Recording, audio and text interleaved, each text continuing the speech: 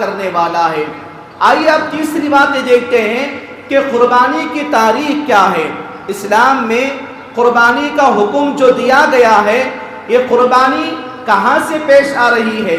جیسا کہ میں اور آپ جانتے ہیں کہ قربانی کی تاریخ اس دنیا کے اندر اتنی ہی پرانی ہے جتنا کہ انسان کا اس دنیا کے اندر آنا ہے۔ انسان دنیا کے اندر آ کر جتنے سال ہوا ہے، قربانی اتنی پرانی تاریخ اپنے اندر رکھنے والی ہے۔ جیسا کہ حضرت آدم علیہ السلام کے زمانے سے ہی قربانی کا طور طریقہ، قربانی جیسی عظیم عبادت کو اللہ تبارک و تعالی رکھا ہوا ہے۔ اور اللہ تبارک و تعالی جیسا کہ شریعت مجھے اور آپ کو معلوم ہے، سورۃ المائدہ، سورۃ البقرہ اور سورۃ الاعراف میں اللہ تبارک و تعالی اس کا ذکر کیا کہ حضرت آدم علیہ السلام